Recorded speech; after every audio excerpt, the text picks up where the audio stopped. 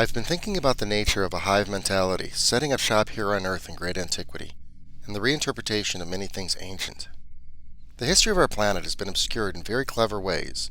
We can, however, see past the veil to several references of these humans across ancient architecture and legend. It only takes a simple shift to see what's sitting right out in the open. Welcome to Disclosure 18, Hidden in Plain Sight. When Gods was released in 2017, I remember an interview where Peter Levenda sat forward to the mic and said unequivocally, all religion is cargo cult religion. Gods is such an interesting subject.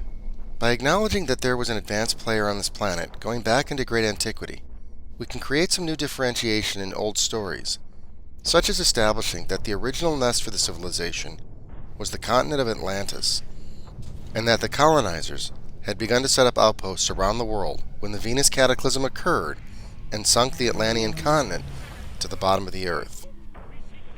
Parts are actually a very simple thing to explain in a post-cataclysm paradigm where an advanced civilization had been spreading around the world. How does a pot or pick end up in rocks millions of years old? The rock isn't millions of years old. The artifact was buried in a cataclysm 12,900 years ago, as electricity ripped up and cemented down rock around the world.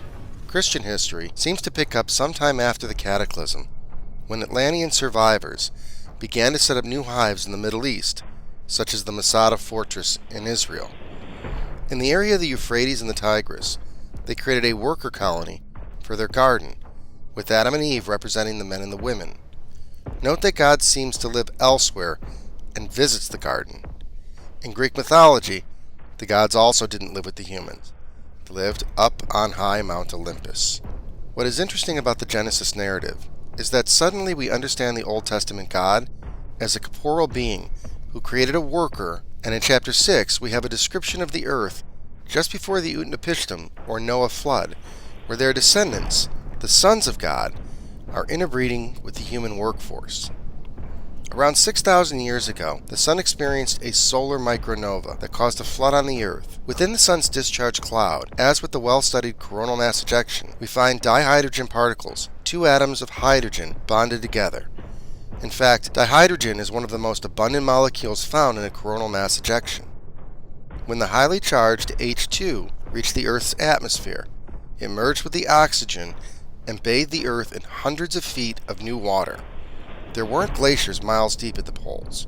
The water wasn't here. Since fish add to the diet from a self-replenishing source, most of the world's population at that time, as up until recent times, lived on or near a shoreline of the sea. If we want to find our pre-flood history, we need to look a couple hundred feet into the ocean and probably under the flood debris. The Anunnaki show up in a post-flood world again in the Old Testament book of Numbers chapter 13, when Moses sends one son from each tribe as a scout into the Promised Land. They come back with the following description, quote, "But the people who live there are powerful, and the cities are fortified and very large. We even saw the descendants of Anak there." The descendants of the Anak are the Anunnaki at some point distant to the flood cataclysm. The story then goes on to mention that there were also Nephilim and giants in that land. We can say with some confidence that these Lichtenberg figures indicate that the cataclysm created the massive scarring in the landscape of Israel 12,900 years ago. The rock structure of the Masada fortress is therefore a post-cataclysm compound set up in what we call today Israel. We have another Anak, or Atlantean survivor settlement, in Sri Lanka at a site called Sigiriya, or Ravana's palace.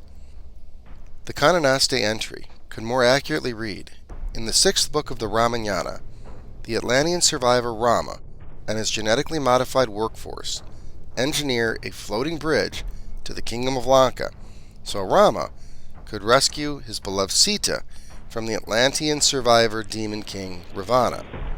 We know who they are, and we know where they come from in history. We see the pattern again at Machu Picchu. Here we have a fortress, once again built on the top of a mountain with high technology. To the south was the worker colony of Lake Titicaca. In legend, Lake Titicaca was considered the origin and center of the cosmos by the local populace, and then later the Incans. The parallels are really quite fascinating. Survivors of Atlantis in South America at Lake Titicaca created a compound, whereas the legend says the first children of the sun arrived to work at the lake. The gods lived at the Hive at Machu Picchu, and the workers, to the south, lived in the center of the cosmos, as far as they knew. I've been so fascinated by these stories that I've saved the best for last. Nan Madol rests in the South Pacific and is a fascinating colony. My apology for any mispronunciation of names here, but I wanted to use this direct quote from Wikipedia. Quote, "According to Pohnpeian legend, Nan Madol was constructed by twin sorcerers, Olisapa and Olosapa, from the mythical western Kato, or Caanan. The brothers arrived in a large canoe, seeking a place to build an altar so they could worship Nanson Sapu, the god of agriculture. After several false starts, the brothers successfully built an altar off Tamwan Island, where they performed their rituals. In legend, these brothers levitated the huge stones with the aid of a flying dragon." This is the middle of the Pacific Ocean, friends.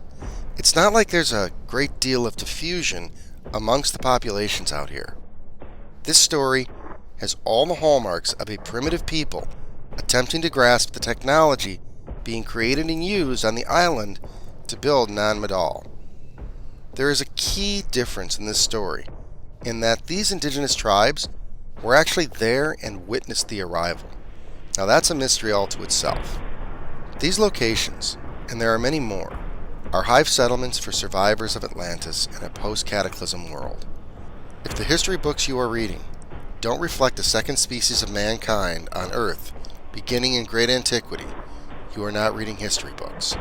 Not even close. You are reading the deception, one crafted to last millennia. Everything we need to know is sitting in plain sight. The only thing left to do is raise our awareness. Like, share, subscribe, and leave me your thoughts down below. Peace.